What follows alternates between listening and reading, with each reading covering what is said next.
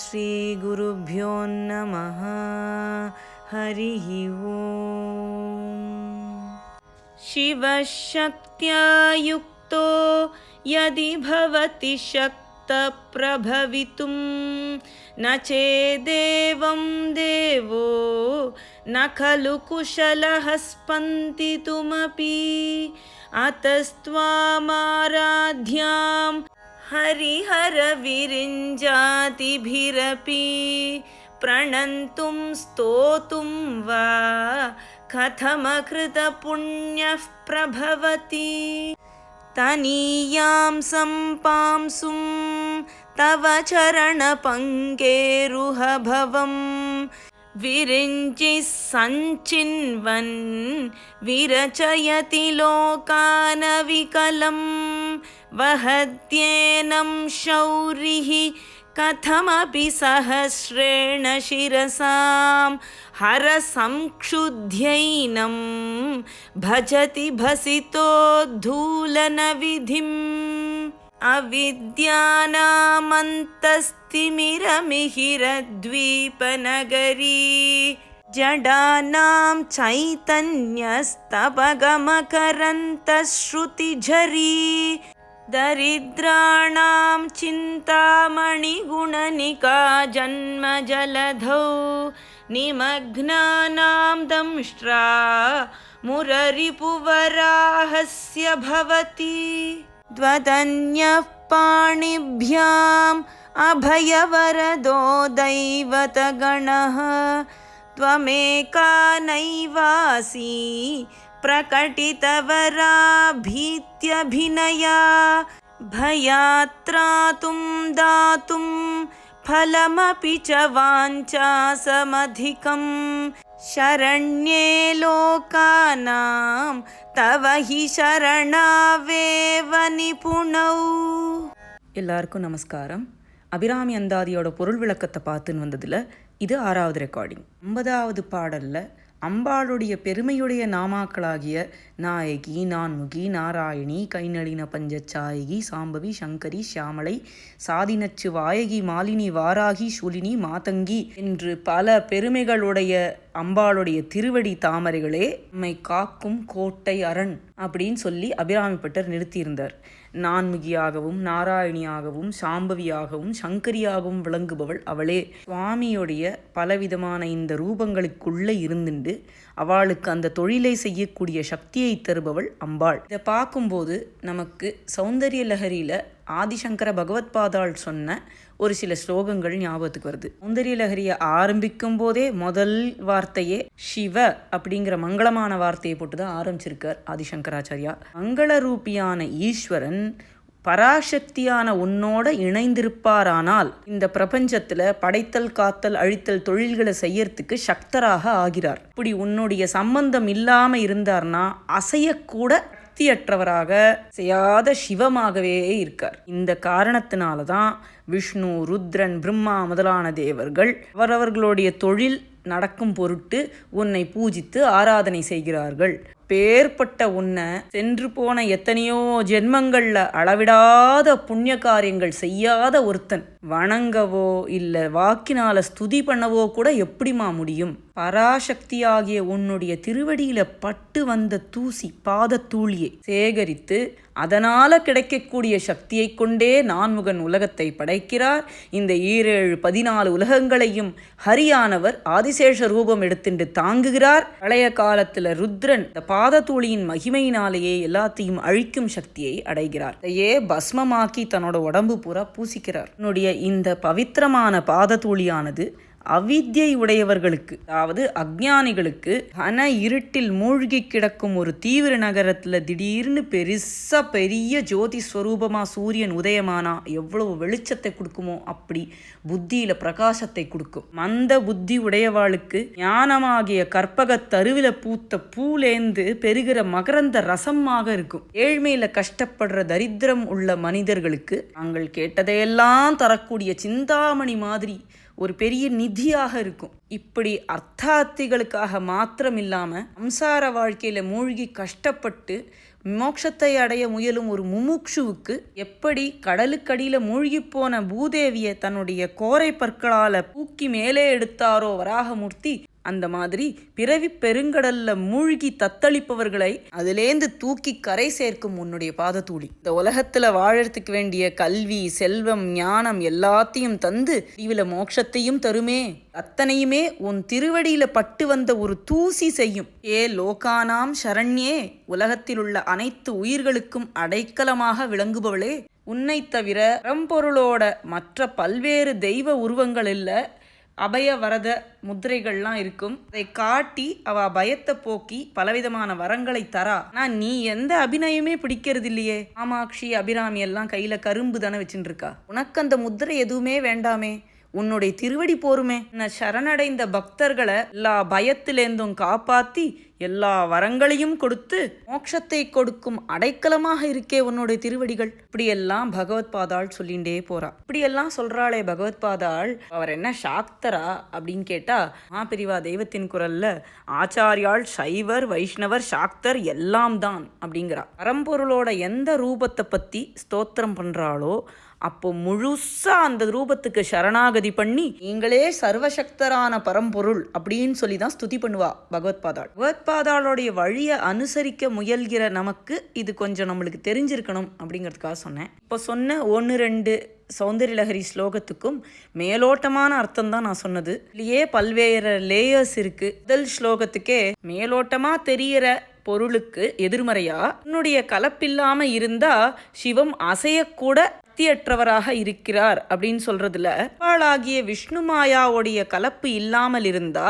பரம்பொருளோட அசைவற்ற நிலை நமக்கு தெரியும் அப்படின்னு நம்ம எடுத்துக்கலாம். சரி, சௌந்தர்ய லஹரி எதுக்கு, இப்ப எதுக்கு இதையெல்லாம் நம்ம கோட் பண்ணி அதை தெரிஞ்சுக்கணும் அப்படின்னு பார்த்தா 51வது பாடல்ல அபிராமி பட்டர் இதையே தான் சொல்றார். வெறும் உன்மத்தமான பக்தியுடைய அபிராமி பட்டர் சொன்னார் அப்படின்னு பார்க்காம அத்வைத்த நிலையை சொல்ல வந்த மகா பெரிய ஆச்சாரியாளாகிய பகவத் பாதாளும் இதே தான் சொல்லியிருக்கா. அதனால எந்த நெகட்டிவ் ஃபீலிங்கும் இல்லாம நம்ம மேற்கொண்டு அபிராமி அந்தாதியை பார்க்கலாமே, அதுக்காக தான் இதையெல்லாம் சொன்னேன். மேற்கொண்டு அபிராமி அந்தாதியுடைய 51வது பாடலை பார்க்கலாம். அரணம் பொருள் என்று அருள் ஒன்றில்லாத அசுரர் தங்கள் முரண் அன்று அழிய முனிந்த பெம்மானும் முகுந்தனுமே சரணம் சரணம் என நின்ற நாயகி தம் அடியார் மரணம் பிறவி 2 மெய்தார் இந்த வையகத்தே. திரிபுரர்களுடைய கதை நம்ம எல்லாருக்கும் தெரியும். தாரகாக்ஷன், வித்யுன்மாலி, கமலாக்ஷன் ஆகிய 3 அசுரர்கள் பிரம்மாவை வேண்டி தவம் பண்ணி 3 பறக்கும் கோட்டைகளை அடைந்தார்கள். பொன்னாலையும் வெள்ளியாலையும் இரும்பாலையும் செய்து 3 கோட்டைகள். இப்பெல்லாம் நம்ம ஸ்பேஸ் ஷிப்னு சொல்றோம், அந்த காலத்திலேயே அது இருந்திருக்கு. அந்த ஸ்பேஸ் ஷிப்பை எடுத்துட்டு 3 அசுரர்களும் பலவிதமான தொல்லைகள் மக்களுக்கும் தேவர்களுக்கும் கொடுத்தா. எல்லா தேவர்களும் சிவபெருமான் கிட்ட வேண்டிண்டு சுவாமியோட ஆக்ஞைப்படி 4 வேதங்களையும் குதிரையாக்கி உதயாஸ்தமன மலைகளை அச்சாக்கி பல்வேறு பொருட்களை சேர்த்து ஒரு அழகான தேரை உண்டாக்கி பிரம்மா தேரோட்ட பரமாத்மா ஸ்ரீமன் நாராயணனையே அம்பாக்கி மேருவை வளைத்து ஒரு வில்லா பிடிச்சு இதுக்கு நடுல தேவர்களுக்கு ஏற்பட்ட கர்வத்தை பார்த்து ஒரு சிரிப்பு சிரிக்க முப்புறங்களும் எரிந்தது. ஸ்ரீமன் நாராயணனே ரிஷபமாக சுவாமியை தாங்கி பரமேஸ்வரன் திரிபுரர்களை சம்ஹாரம் செய்தார். இது அடிக்கடி அபிராமந்தாதியில சொல்லப்படும். தமிழ்நாட்டில் இருக்கிற நிறைய கோவில்களுக்கும் திரிபுராந்தகரான பரமேஸ்வரனுக்கும் நிறைய சம்பந்தம் இருக்கு. கட்டானேஸ்வரர் கோயிலையே திரிபுராந்தகர் சுவாமி இருக்கிற கோயில்னு தான் சொல்றது உண்டு. இந்த அமிர்தகடேஸ்வரர் சுவாமி கோயிலும் அதே மாதிரி தான். அதனால்தான் அபிராமி பட்டர் அடிக்கடி அம்பாளை திரிபுர சுந்தரின்னு கூப்பிடுறார். இந்த கதை அடிக்கடி இந்த ஸ்லோகத்துல வரதுனால இந்த புண்ணிய கதையை ஏதாவது ஒரு இடத்துல சொல்லணுங்கிறதுக்காக இப்ப சொன்னேன். அபிராமி பட்டர் சொல்றார், பொன், வெள்ளி, இரும்பு முதலானவற்றையால உண்டாக்கின கோட்டைகளே தங்களுடைய பெரிய அரண். நம்ம என்ன செஞ்சாலும் இது நம்மளை காப்பாத்தும் அப்படிங்கிற தைரியத்துல அக்கிரமம் செய்துண்டே போன அசுரர்களை வதம் பண்ணின பரமேஸ்வரனும் திருமாலுமே தங்களுடைய தொழில் நடக்க சக்தி வேண்டி சரணம் சரணம்னு உன் திருவடியிலே தான் வந்து விழறா. பேர்பட்ட லலிதா திரிபுர சுந்தரியுடைய மெய்யடியார்கள் மரணம் பிறவி என்ற 2ஐயும் தாண்டி மோட்ச நிலையை அடைகிறார்கள். உன்னுடைய திருவடி தாமரைகளே மோட்சத்தை அருளும்னு சொன்னாலே பகவத் பாதாள், அதே தான் இங்கே அபிராமி பட்டர் சொல்றார். பட்டருக்கு இருக்கிற வாக் சக்தி இந்த ஸ்லோகத்தில் நன்னா தெரியுது. பட்டரோடதுன்னு சொல்ல முடியாது, உள்ளேந்து அபிராமி அம்பாள் தானே சொல்ல வைக்கிறா. இந்த திரிபுரர்களுடைய மொத்த கதையுமே முதல் 1.5 வரியில சொல்லிட்டார். அரணம் பொருள் என்று அருள் ஒன்றிலாத அசுரர் தங்கள் முரண் அன்று அழிய முனிந்த பெம்மான். ஒரே வார்த்தையில பரமேஸ்வரன் அப்படின்னு சொல்லாம முனிந்த பெம்மான் அப்படின்னா கோபப்பட்ட பரமேஸ்வரன். ஏன் கோச்சுண்டர்?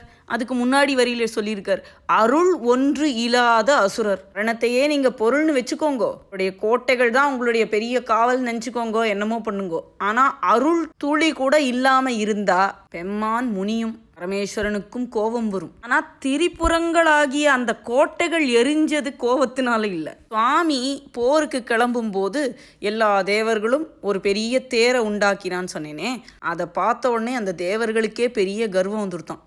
இப்படி நம்ம எல்லாருமே கான்ட்ரிபியூட் பண்ணி ஒரு அற்புதமான தேர் உண்டாக்கலைன்னா இந்த சுவாமி எப்படி சண்டைக்கு போவா? இந்த கர்வத்தை பார்த்து சிரிச்சாலாம் சுவாமி. சுவாமி சிரிச்ச உடனே போருக்கு போகாமையே அந்த 3 கோட்டையும் குப்புன்னு பத்தி எரிஞ்சுதான். ஒரு வாட்டியும் நம்ம கர்வப்படும் போதும் தற்பெருமையாக நம்மளை பற்றி நினைக்கும் போதும் சுவாமி எப்படிலாம் சிரிச்சுட்டு இருக்காளோ தெரியல. முப்புறம் எரி செய்த அச்சிவன் உரை ரதம் அச்சது பொடி செய்த அதிதீரான்னு அருணகிரிநாதர் பிள்ளையாரை பார்த்து பாடுறார். நம்மளும் இப்படி நிறைய பொருள் சேர்த்துட்டே போகிறோம். அந்த பொருள் இருக்க கர்வத்தில் நிறைய விதவிதமாக நடந்துக்கிறோம். மா குரு தனஜன யௌவன கர்வம் ஹரதி நிமேஷாத் கால சர்வம். சரி, இப்போ அபிராமி பட்டர்கிட்ட வரலாம். பரம்பொருளோட வெவ்வேறு ரூபங்களான பரமேஸ்வரனும் முகுந்தனுமே சரணம் சரணம்னு ஸ்துதி பண்ணக்கூடிய அம்பாளுடைய திருவடிகளை அடைக்கலமாக புகுந்தவர்கள். அந்த அம்பாளுடைய மெய்யடியார்கள் மரணம் பிறவி இரண்டும் எய்தார் இந்த வையகத்தே. அவளுக்கு மோட்ச பரியந்தம் எல்லாம் தரா அம்பாள். கொஞ்சமாவது ஸ்துதி பண்ற நம்மள மாதிரி இருக்கிறவா அவளுக்கு என்ன கிடைக்கும்? முன் ஜென்மங்கள்ல அம்பாளை கொஞ்சம் ஸ்துதிச்சிருக்கிறவா அடுத்த வர ஜென்மங்கள்ல என்னென்னலாம் அடையறா. அதை அடுத்து வர 52வது பாடல்ல அபிராமி பட்டர் சொல்றார். வையம் துரகம் மதகரிமா மகுடம் சிவிகை பெய்யும் கனகம் பெருவிலையாரம் பிறை முடித்த ஐயன் திருமனையாள் அடித்தாமரை கண்பு முன்பு செய்யும் தவமுடையார் குளவாகிய சின்னங்களே. இந்த பாடல்ல வையம் அப்படின்னு சொல்லியிருக்கார். வையம்ங்கிறதுக்கு 2 அர்த்தம் உண்டு. உலகம் அப்படிங்கிறது எல்லாருக்கும் தெரிஞ்ச அர்த்தம். இன்னொரு அர்த்தம் தேர். முன்னாடியே சொன்ன மாதிரி பரமேஸ்வரனுடைய திருமனையாள் கிரக நாயகியாக இருக்கும் அம்பாளுடைய திருவடி தாமரைகளுக்கு முன் ஜென்மங்களில் அன்பு செய்த அடியார்கள். கொஞ்சமாவது அப்படிப்பட்ட தவத்தை உடையவர்கள். அப்படிப்பட்டவர்களை நாம் எப்படி அடையாளம் தெரிஞ்சுக்க முடியும்? அவர்களுக்கு சில சின்னங்கள் உண்டு, அடையாளங்கள் உண்டு. நல்ல வசதி போகமான வாழ்க்கை, தேர்கள், குதிரைகள், மதம் மிக்க களிறு, பெரிய கிரீடம், பல்லக்கு, இதெல்லாம் முன்னாடி காலத்தில். இப்போவா இருந்ததுன்னா பெரிய கார் இருக்கும், யாட்டெல்லாம் வச்சுட்டு இருப்பா அப்படின்லாம் சொல்லலாம். ரொம்ப விலை உயர்ந்த ஆபரணங்கள், பெய்யும் கனகம். இதுக்கு எல்லா புஸ்தகத்திலையும் பிற மன்னர்கள் கப்பமாக தரக்கூடிய நிறைய தங்கம் அப்படின்னு சொல்றா. வெறும்ன பெய்யும் கனகம்னா வருஷமா மழையா கொட்டுற நிறைய தங்கம். சாம்ராஜ்யதாயினி சத்யசந்தா சாகர மேகலா அப்படின்னு லலிதா சஹஸ்ரநாமம் சொல்றது. அவளை முன் ஜென்மங்கள்ல கொஞ்சம் ஸ்துதிச்சிருந்தாலும் இதெல்லாம் கொடுத்து வாரி வழங்குறாளாம் நம்மளுக்கு. இப்படிப்பட்ட ராஜபோகமான வாழ்க்கை யாரெல்லாம் அந்த அம்பாளுக்கு முன் ஜென்மங்கள்ல பூஜித்து ஸ்தோத்திரம் பண்ணியிருக்காளோ, அவள்கிட்ட அன்பு பூண்டிருந்தாளோ, அவளுக்கெல்லாம் இருக்கக்கூடிய சின்னங்கள், அடையாளங்கள் அப்படின்னு அபிராமி பட்டர் சொல்றார். இதுதான் இந்த பாட்டுக்கு சாமான்யமா சொல்லக்கூடிய அர்த்தம். இன்னொரு விதத்துல பார்க்கணும்னா, அம்பாளுடைய திருவடிகளுக்கு முன் ஜென்மங்களில் அன்பு செய்த தவமுடையவர்களுக்கு இந்த ஜென்மாவில் வறுமையில பிறந்திருந்தா கூட எந்தெந்த காலங்கள்ல எப்ப அவசியமா தேவையோ வேண்டிய வாகனங்கள், வேண்டிய அவசியமான பண உதவிகள், அவளுடைய வார்த்தைகளை மதித்து நடக்கக்கூடிய செல்வாக்கு, இதெல்லாம் தானா வந்து அமையும். அனன்யாஸ்சிந்தயந்தோ மாம் ஏ ஜனா பரியுபாசதே தேஷாம் நித்யாபியுக்தானாம் யோகக்ஷேமம் வகாமியகம். பேரிடம் செல்லாத சிதறாத சிந்தனையுடன் யாரெல்லாம் என்ன அன்போடு உபாசிக்கிறாளோ அவளுடைய யோகக்ஷேமங்களை நான் வகிக்கிறேன் அப்படின்னு பகவான் சொல்லியிருக்கார். அவளோட லைஃபை நான் தான் நடத்துறேன், அவ நடத்துறதே இல்லை, எதுவுமே செய்யறதில்லை. என்கிட்ட அன்பு கொள்ற ஒரு வேலை தான் அவ செய்யறா. ஐயன் திருமனையாள் அடித்தாமரைக்கு அன்பு முன்பு செய்யும் தவமுடையார் எமையும் தமக்கு அன்பு செய்ய வைத்தார். இந்த அபிராமி அந்தாதி ஒரு பெரிய பக்தி கிரந்தமா இருந்தா கூட எங்கேயுமே பக்தினே சொல்றதில்ல, எல்லாம் அன்பு தான். இந்த பாடலை பார்க்கும்போது எனக்கு என்னுடைய பாட்டி ஞாபகம் வருது. அவளை விட சுத்தமான எண்ணத்தோட பகவான் கிட்ட அன்பு செஞ்ச யாரையும் நான் பார்த்ததில்ல. பணம் குறைந்து வறுமையில் கஷ்டப்படும் போது கூட அவளுக்கு எப்படி எங்கே போனாலும் உதவி பண்ணுறதுக்கு ஆட்கள் இருந்துட்டு இருந்தான்னு எப்போவுமே சொல்லிகிட்டே இருப்பா. கையில் பணமே இல்லாமல் 4 பெண்களுக்கு கல்யாணம் பண்ணி பிரசவம் பார்த்து வாழ்க்கையை பூரா பகவான் ஸ்மரணத்திலேயே கழிச்ச ஒரு பெண்மணி. யார்கிட்டையாவது ஏதாவது பேசணும்னா எப்படி ஒரு சிச்சுவேஷன்லேயும் பகவான் தனக்கு ஹெல்ப் பண்ணினா, அம்பாள் எனக்கு ஹெல்ப் பண்ணினாங்கிறத மட்டும்தான் பேசுவா, வேறு எதுவுமே பேச மாட்டா. அன்ன கதைகளையே திருப்பி சொல்கிறான்னு கேலி பண்ணுறவா கூட போகும்போது அவள் காலில் விழுந்து நமஸ்காரம் பண்ணி அவள் ஆசீர்வாதத்தோட போகிறது தான் நான் பார்த்துருக்கேன். அதனால் செல்வ செழிப்போட பிறக்கிறவா மட்டும்தான் அம்பாளுடைய அனுகிரகம் உடையவா அப்படின்னு அர்த்தம் கிடையாது. அவளுக்கு அன்பு செய்தவா அவள் எந்த நிலைமையில் இருந்தாலும் அப்பப்போ அவசியத்துக்கு வேணுங்கிறத அம்பாள் தருவா. அடுத்த பாடலுக்கு போகலாம்.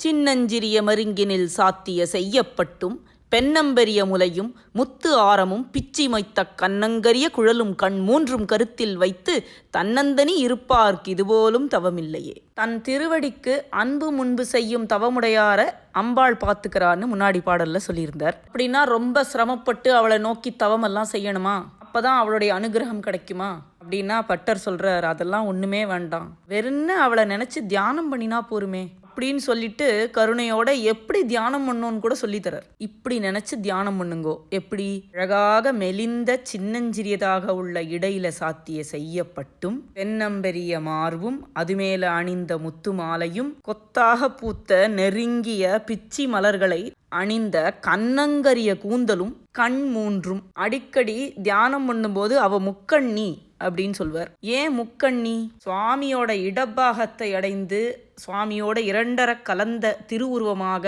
அர்த்தநாரீஸ்வர சுரூபமாகவே எப்பவும் இருக்கிறதுனால முக்கண்ணி. இப்படிப்பட்ட திவ்யமங்கள ரூபத்தை கருத்தில் நிறுத்தி வேற எந்த எண்ணமும் இல்லாம மனசுல தன்னந்தனிங்கிறதுக்கு சிந்தனைகள் வேறு எதுவும் இல்லாம இப்படி ஸ்திரமா தியானம் பண்ணிட்டு இருந்தா இதை விட பெரிய தவம் வேற ஒண்ணுமே இல்லை, இது போரும். இப்படி கருணையோட அபிராமி பட்டர் நமக்கு தியானம் எப்படி பண்றதுன்னு சொல்லித்தரார். அம்பாளுக்கு செய்யக்கூடிய தவம் அவ்வளவு சிம்பிள், அவ்வளவு சுலபம். இவ்வளவு சுலபமான மார்க்கம் இருக்கே, இதை கூட செய்யாம இருந்தேன்னா உங்களுக்கு என்ன ஆகும்?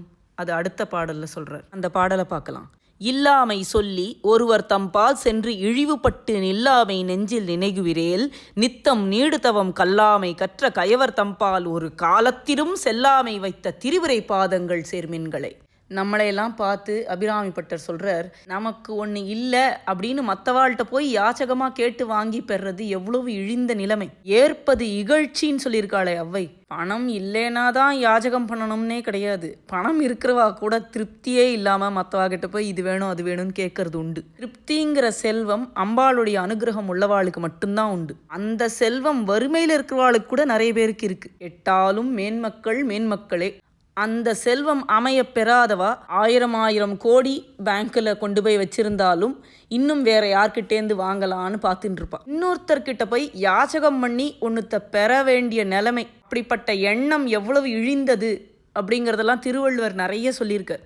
இறந்தும் உயிர் வாழ்தல் வேண்டின் பறந்து கெடுக உலகியற்றியான். அப்போ இந்த இழிவு நமக்கு ஏற்படாம இருக்க என்ன செய்யணும்? இப்படி என்கிட்ட இது இல்லை அது இல்லைன்னு சொல்லி ஒருத்தர்கிட்ட போய் இழிவுபட்டு நில்லாமை, அப்படி நிக்கிற நிலைமை இருக்கக்கூடாது நமக்கு அப்படின்னு உங்களுடைய எண்ணம் இருந்ததுன்னா நித்தம் நீடு தவம் கல்லாமை கற்ற கயவர். எவ்வளவு சுலபமா தவம் பண்ணலான்னு முன்னாடி பாட்டுல சொல்லியிருந்தார். அப்படிப்பட்ட சுலபமான தவத்தை நித்தம் நீடு தவம் செய்யாத கயவர்கள் இருக்காளே, அவாகிட்ட என்னைக்குமே போகாத திரிபுர சுந்தரியோடைய திருப்பாதங்களை சேர்மின்கள். அவளை தியானித்து செய்யக்கூடிய சுலபமான தவத்தை நித்தம் நீடு தவம் கல்லாத கயவர்களுடைய பக்கமே போகாத திரிபுர சுந்தரியுடைய திருப்பாதங்களை சேர்மின்கள் எல்லாரும் அப்படின்னு ஆர்டர் போடுறார் அபிராமி பட்டர். உங்களுக்கு ஒருத்தர்கிட்ட போய் கையேந்தி எனக்கு இது கொடு அதை கொடுன்னு கேட்குற இழிவுபட்ட நிலைமை வரக்கூடாதுன்னா அவளுடைய திருப்பாதங்களை சேர்மின்கள். அவளை நோக்கி செய்யக்கூடிய தவம் சுலபமானது. ஆனால் அப்படிப்பட்ட சுலபமான தவத்தை ஒரு நாளும் செய்யாத கயவர்கள் கிட்ட சுலபமாக அவள் வந்துட மாட்டாள். அவள் திருவடிகளுக்கு அன்பு செய்யும் தவமுடையவர்களுக்கு யார்கிட்டையும் போய் எங்களுக்கு ஒன்று இல்லை குடுங்கோன்னு யாச்சகம் பண்ண வேண்டிய நிலைமையே வராது. அதனால் அவளை பணிமின்கள் அப்படின்னு சொல்கிறார். அடுத்த பாடல். மின் 1000 ஒரு மெய்வடிவாகி விளங்குகின்றதன்னாள் அகமகிழ் ஆனந்தவல்லி அருமறைக்கு முன்னாய் நடி எங்குமாய் முடிவாய முதல்வி தன்னை உண்ணாதொழினும் உன்னினும் வேண்டுவதொன்றில்லையே. சரி, தவம் பண்ணுங்கோன்னு 2-3 பாட்டில் இப்போ சொல்லிட்டார். இப்படி தவம் பண்ணி அம்பாளை நினைச்சு ஸ்துதிச்சு அம்பாளுடைய திருவடிகளை பணிவது அம்பாளுக்கு சந்தோஷமா இருக்கட்டுங்கிறதுக்காக பண்றோமா, இல்ல நம்மளுடைய நன்மைக்காக பண்றோமா? ஏதோ துளி தியானம் பண்றோம், ஏதோ கொஞ்சம் பூஜை பண்றோம், உபாசிக்கிறோங்கிறதுக்காக அம்பாளுக்கு நீங்க எதுவும் செஞ்சிட்டதா நினைச்சுக்காதீங்கோ. உங்களாலெல்லாம் அவளுக்கு ஆக வேண்டிய காரியம் ஒன்றும் இல்லை. நீங்க நினைச்சாலும் ஒண்ணுதான், நினைக்காட்டாலும் ஒண்ணுதான். அவ பரிபூர்ண வஸ்து, புருஷார்த்த பிரதா, பூர்ணா, போகினி, புவனேஸ்வரி. இப்படி லலிதா சஹஸ்ரநாமம் சொல்றது. அவ பரிபூர்ணமானவள். She who is complete. நம்ம வேண்டிக்கிறதுனாலையோ திட்டுறதுனாலையோ அவள் குறையவோ நிறையவோ போறதில்லை. அந்த குறையும் நிறையும் நமக்கு தான். மின் 1000 ஒரு மெய்வடிவாகி விளங்குகின்றது அந்நாள். பல 1000 மின்னல்கள் ஒன்று கூடி ஒரே திவ்யமங்கள ரூபமாக உள்ள திருக்கோலத்தை உடையவள். நம்ம கண்ணு முன்னாடி ஒரே ஒரு மின்னல் மின்னினா எவ்வளவு கண்ணை கூசுறது. 1000 மின்னல்கள் ஒரு மெய்வடிவமாகி வந்திருக்கும் திருவுருவம். அகம் மகிழக்கூடிய பேரானந்தத்தை தரும் அபிராமவல்லி. அநாதி காலமாக இருந்து விளங்கும் அருமறைகளுக்கு வேதங்களுக்கு முதலும் நடுவும் முடிவுமாக இருப்பவள் ஆய முதல்வி தன்னை. அப்படிப்பட்ட தலைவியை நீங்க எல்லாம் உண்ணாது ஒழியினும் உன்னினும் அவளுக்கு வேண்டுவது ஒன்றில்லை. நீங்கெல்லாம் நினைச்சாலும் ஒண்ணுதான், அவளுக்கு நினைக்கலைனாலும் ஒண்ணுதான். அதனால கிடைக்கக்கூடிய லாப நஷ்டங்கள் எல்லாம் உங்களுக்கு தான், அவளுக்கு ஒண்ணும் இல்லை. அவள் பூர்ண வஸ்து. அதனால துளி கூட கர்வப்படாம அவளுடைய திருவடிகளை சேருங்கள். ஏதோ நீங்க பண்ற ஸ்துதினால அவள் சந்தோஷப்பட போறான்னு நினைச்சு நான் எப்படி ஸ்துதி பண்ணேன்னு நினைக்காதீங்கோ. மனசை சுத்தமா வச்சுண்டு அவளை வேண்டிக்கோங்கன்னு சொல்றார். அடுத்த பாடல். ஒன்றாய் அரும்பி பலவாய் விரிந்து இவ்வுலகம் எங்குமாய் நின்றாள் அனைத்தையும் நீங்கி நிற்பாள் எந்த நெஞ்சினுள்ளே பொன்றாது நின்று புரிகின்றவா இப்பொருள் அறிவார் அன்று ஆளிலையில் துயின்ற பெம்மானும் என் ஐயனுமே. ஒரே ஒரு பொருளாக பராசக்தியாக தோன்றி அதிலிருந்து தோன்றிய பல பல சக்திகளாக அவளே ஆகி இந்த பிரபஞ்சம் முழுசும் விரிந்து நீக்கமர எல்லா இடங்களையும் நிறைந்து நின்றாள். இப்படி நாம பார்க்கக்கூடிய வஸ்துக்கள்ல மட்டும்தான் நிறைந்து நிற்கிறாளா அப்படின்னா அது இல்லாம அதை தாண்டியும் இருக்கா. உபனிஷத் சொல்றதே ததந்தரஸ்ய சர்வஸ்ய தது சர்வஸ்யாஸ்ய பாஹ்யதா அப்படின்னு. எல்லா வஸ்துக்களிடத்திலும் அந்தர்யாமியா இருக்கிற இவளே அதை தாண்டியும் இருக்கா.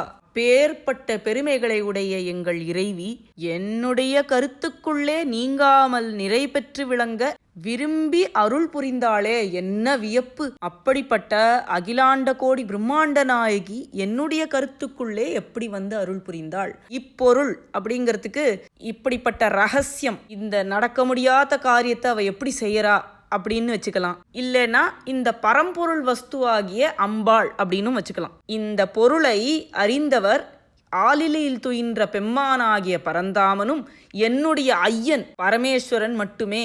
இந்த ரகசியத்தை தெரிந்தவா பரமேஸ்வரனும் எங்கள் ஸ்ரீமன் நாராயணனும் மட்டுமே தான் அப்படின்னு சொல்றார். இது யாருக்கும் புரியாத கருத்துன்னு சொல்றார். இப்படி ஏன் சொல்றார் அப்படின்னு கேட்டா, ஏதோ நான் ஸ்துதி பண்ணேன், இவர் ஸ்துதி பண்ணார், அவள் அனுகிரகம் பண்ணா அப்படின்னு நீங்க டைரக்டா எடுத்துக்கிறேள். அவ்வளவு சுலபமா புரியக்கூடிய பொருள் இல்லை இவள். இந்த அண்ட சராச்சரத்தை எல்லாம் ஒரு சின்ன கப்புக்குள்ள போட்டு அடக்க முடியுமா? அப்படி செய்ய அவள் எப்படி அனுகிரகம் பண்ணியிருக்கா? அவளுடைய பெருமைகளை அவளேதான் அறிவாள். அவளேதானே ஸ்ரீமன் நாராயணனும் பரமேஸ்வரனுமா இருக்கிறவள். அவளுக்கு மட்டும்தான் அவளுடைய பெருமைகள் தெரியும். இந்த பாட்டுக்கு எவ்வளவு பொருள் சொன்னாலும் முழுசா பொருள் சொன்னதா எனக்கு தோணல. ரொம்ப சூக்ஷ்மமான கருத்துக்கள் உள்ள பாட்டு. இதை அவாவா மனோபாவப்படி யோஜனை பண்ணி புரிஞ்சுக்கிறது தான் சரின்னு தோணுறது. அப்பப்போ இந்த மாதிரி கிரிப்டிக் மெசேஜஸ் உள்ள பாடல்களை தந்துட்டே இருப்பார் அபிராமி பட்டர். அடுத்த பாடலுக்கு போலாம். ஐயன் அளந்தபடி 2 நாழி கொண்டு அண்டமெல்லாம் உய்ய அறம் செய்யும் உன்னையும் போற்றி ஒருவர் தம்பால் செய்ய பசுந்தமிழ் பாமாலையும் கொண்டு சென்று பொய்யும் மெய்யும் எம்ப வைத்தாய் இதுவோ உந்தன் மெய்யொருளே. காஞ்சிபுரத்தை பத்தி ஒரு புராண கதை உண்டு. அங்க அம்பாள் கிட்ட பரமேஸ்வரன் 2 நாழி நெல்லை கொடுத்து உலகத்துக்கெல்லாம் படி அளந்துக்கோன்னு சொன்னாராம். நாழிங்கிறது ஒரு மெஷரிங் குவான்டிட்டி. பரமேஸ்வரன் தான் அப்படி சொன்னார்னா அம்பாளும் உடனே அந்த 2 நாழி நெல்லை வச்சுட்டே இந்த உலகத்தை எல்லாம் ரட்சணம் பண்ணாலும். நிறைய பாடல்கள் இதை சொல்றது. காஞ்சி புராணத்துல வரதுன்னு சொல்லப்படுற ஒரு பாட்டுல தொல்லை மறை தேர் துணைவன் பால் யாண்டு வரை எல்லை 2 நாழி நெற்கொண்டோர் மெல்லியலாள் ஓங்குலகில் வாழும் உயிரனைத்தும் மூட்டுமால் ஏங்கொலி நீர் காஞ்சி இடை அப்படின்னு சொல்றது இந்த பழம்பாடல். இப்படி உலக அனைத்துக்கும் பசி நீக்கி பிழைக்கும்படி தர்மம் செய்கின்ற உன்னையும் ஸ்துதிச்சுட்டு அற்பமான மனிதராகிய செல்வந்தர்களையும் ராஜாக்களையும் வள்ளலே அப்படின்னு பொய்யும் மெய்யும் கலந்து பாட வைக்கிறியே, இதுவா உன்னுடைய மெய்யருள்? உன்னை பாடினவாய் வேற யாரையாவது பாடலாமா? இப்படி சோதிக்கிறியே, இது நியாயமா அப்படின்னு கேட்கிறார். இந்த பொய்யும் மெய்யும் இயம்ப வைத்தாய் அப்படிங்கிறதுக்கு இன்னொரு அர்த்தமும் சொல்றது உண்டு. அமாவாசைய போய் பௌர்ணமின்னு சொல்ல வச்சு அந்த பொய்யவே மெய்யாக்கி செய்ய பசுந்தமிழ் பாமாலையெல்லாம் பாட வச்சு லீலை பண்ற அம்பாளை ஏன் இப்படி சோதிக்கிற அப்படின்னு கேட்கிறார். அடுத்த பாடல். அருணாம்புயத்தும் என் சித்த அம்புயத்தும் அமர்ந்திருக்கும் தருணாம்புயமுலை தையல் நல்லாள் தகைசேர் நயன கருணாம்புயமும் வதனாம்புயமும் கராம்புயமும் சரணாம்புயமும் அல்லால் கண்டிலேன் ஒரு தஞ்சமுமே. அம்புஜம் அப்படிங்கிற சம்ஸ்கிருத வார்த்தை தமிழில் அம்புயம் அப்படின்னு ஆகும். அம்புஜம், பங்கஜம், நீரஜம், பத்மம், கமலம் எல்லாமே தாமரையோட பேர்கள். ஜங்கிற எழுத்து தமிழில் இல்லாததுனால அதை ஏவாக்கி சொல்றது உண்டு. அபிராமிப்பட்டர் அம்பாளோட தியானத்தில் அவளோட அழகை பார்த்து உணர்ச்சி மேலிட்டு அம்பாளோட ஒவ்வொரு அங்கமும் தாமரை பூ மாதிரி இருக்கே, சிவந்த தாமரை மலரிலும் என்னுடைய சித்தமாகிய மலரிலும் எழுந்தருளியிருக்கும் அபிராமி அன்னை அழகான இளம் தாமரையை போன்ற மார்பையும் மிகுந்த அழகு சேர்ந்த கருணை தாமரையாகிய கண்களும், அதாவது அவளுடைய கண் தாமரையிலிருந்து கருணைங்கிற தேன் சொற்றதாம். அவளுடைய அழகான திருமுக தாமரையும் கரும்பு வில்லையும் அம்புகளையும் பிடிச்சின்று குவிஞ்சிருக்கிற அழகான திரு கைகளாகிய தாமரைகளும் எல்லா உயிர்களுக்கும் அடைக்கலம் தரத்துக்காகவே இருக்கிற 2 சரண அம்புயங்களும் அவளுடைய அழகான திருவடி தாமரைகளுமே என்னுடைய சரண். இவைகளே என்னுடைய தஞ்சம். இந்த தாமரைகள் இல்லாம எனக்கு வேற தஞ்சமே கிடையாது இந்த உலகத்துல.